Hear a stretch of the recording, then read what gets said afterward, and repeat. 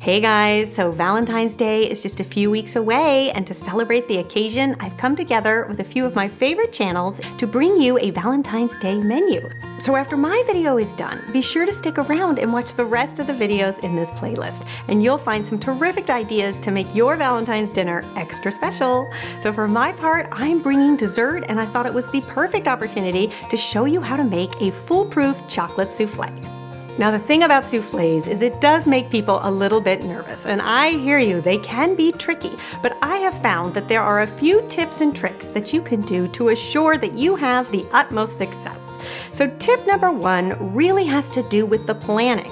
So a soufflé, although it does need to be baked moments before you're ready to eat it, can be prepped in advance so that you're not scrambling around the kitchen trying to make the whole dessert right at the moment. So tip number one, pre-plan.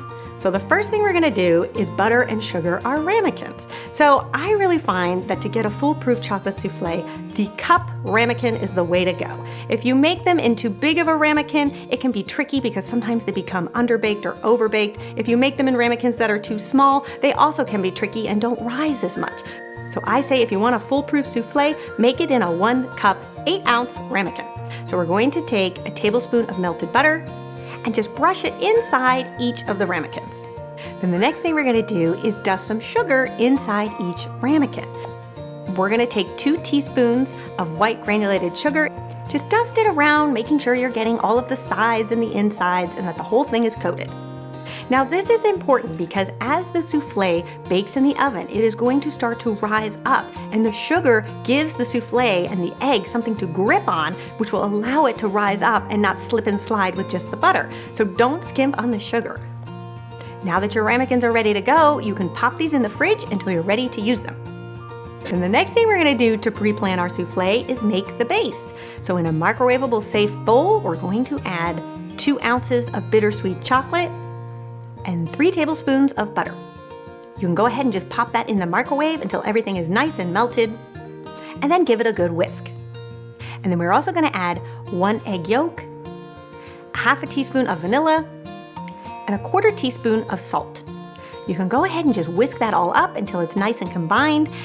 Now if you're making the base an hour before dinner, it can just rest on your countertop until you're ready to use it. If it's gonna be more than an hour, you can pop it in the fridge. Then, before you sit down to your romantic Valentine's Day dinner, here's what you're gonna do. You're gonna do 3 things. First thing is you're going to remove your base from the refrigerator if you've popped it in the fridge. You want to allow that base to come up to room temperature, and usually about a half hour will do the trick. The next thing you want to do is put 2 egg whites in the bowl that you're going to mix them in, because it really helps if your egg whites are at room temperature so that your peaks will get nice and stiff and glossy. And then the next thing we're gonna do is measure out 1/4 cup of white granulated sugar and 1/2 teaspoon of cream of tartar. The cream of tartar is just an acidic powder that is going to help us beat those egg whites to a nice stiff stage and help them stabilize so that they don't deflate when we go ahead and fold them into our chocolate base. Now I know sometimes cream of tartar can be hard to find outside of the United States, and if it is, another swap that you could use is 1/2 teaspoon of vinegar. So now everything is ready. You have your base made. You've got the ramekins all in the fridge prepped. You've got your egg whites in the bowl ready to be beaten up. Sit down, have dinner, and then once dinner is done, you want to get up and preheat your oven to 400 degrees. And at this point, my other big tip for you is to make sure that your oven rack is on the lowest rung possible. Now this is important because we're putting this very delicate egg mixture into a very hot oven. And if your rack is too high, the tops will burn before the rest of the souffle has had a chance to rise up. And that is really the best part of the souffle, is the way that it actually rises up, and it doesn't start to do that until the last, say, 3 minutes of baking. So the best way to assure that you don't get burnt tops is make sure that you put your souffle on the lowest rack possible. So now it's time to make our meringue. So we're going to beat our egg whites. Once they start to become foamy, you can add in the cream of tartar or the vinegar if you're using that. Once the egg whites become totally opaque and soft peaks form, then you can go ahead and take that sugar and start to add it slowly. You want to add it slowly while the machine is running, because that is going to create a much more stable meringue than if you took the sugar and just dumped it in all at once. And you want your egg whites to be stable so that as you go ahead and fold them into the base, they don't deflate on you. Then you'll know that your whites are done once they become nice and stiff and glossy. I find that if you just take the wire whisk and hold it upright, you should see a nice little peak. That's when you know they're good to go.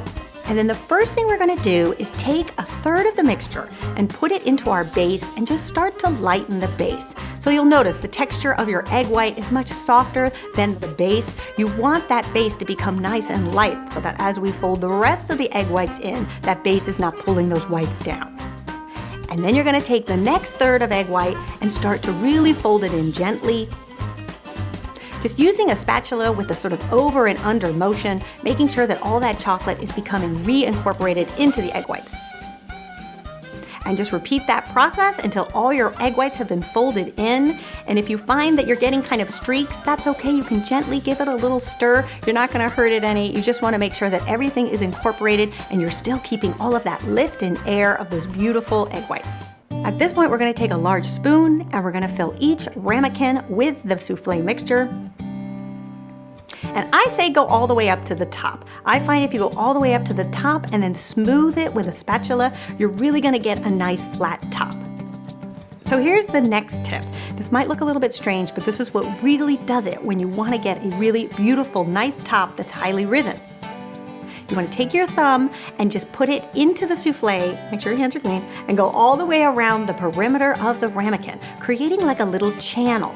And don't be shy, don't be timid with it. You really want to go at least about 1/4 of an inch deep. And what that will do is assure that the centers of that souffle actually rises up. It'll force that egg mixture to just go up, and that's what we want.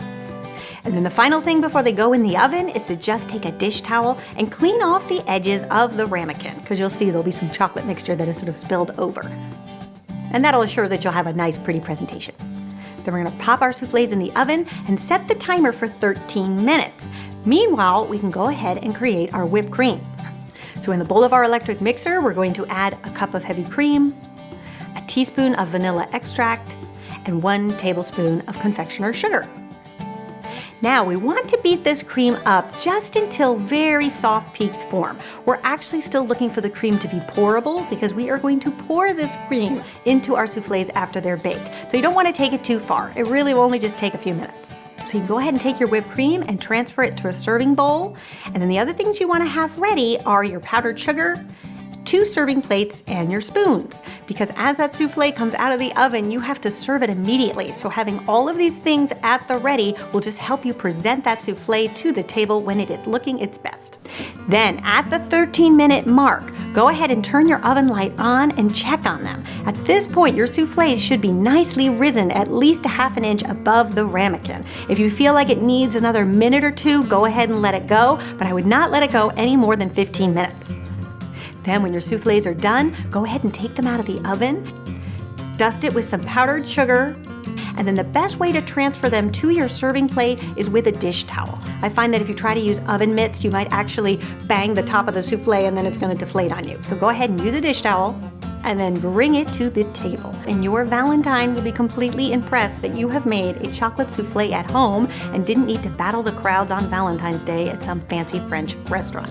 And you will be cool as a cucumber because you have done all of this prep in advance and tackled the chocolate soufflé. And then the way that I like to serve it is to just pull the soufflé apart with 2 spoons and make a little hole in the center, and then go ahead and pour some of that delicious whipped cream on top. And you will see you will have one of the most delicious desserts known to man. It is really fantastic. The combination of that rich, bittersweet chocolate with that cool, delicious whipped cream. It is a dessert that can't be beat. And I couldn't think of a better thing to serve on Valentine's Day. So I hope you guys give it a try. Don't be intimidated by the chocolate soufflé. It is actually easier than you think, especially if you plan ahead and follow my tips.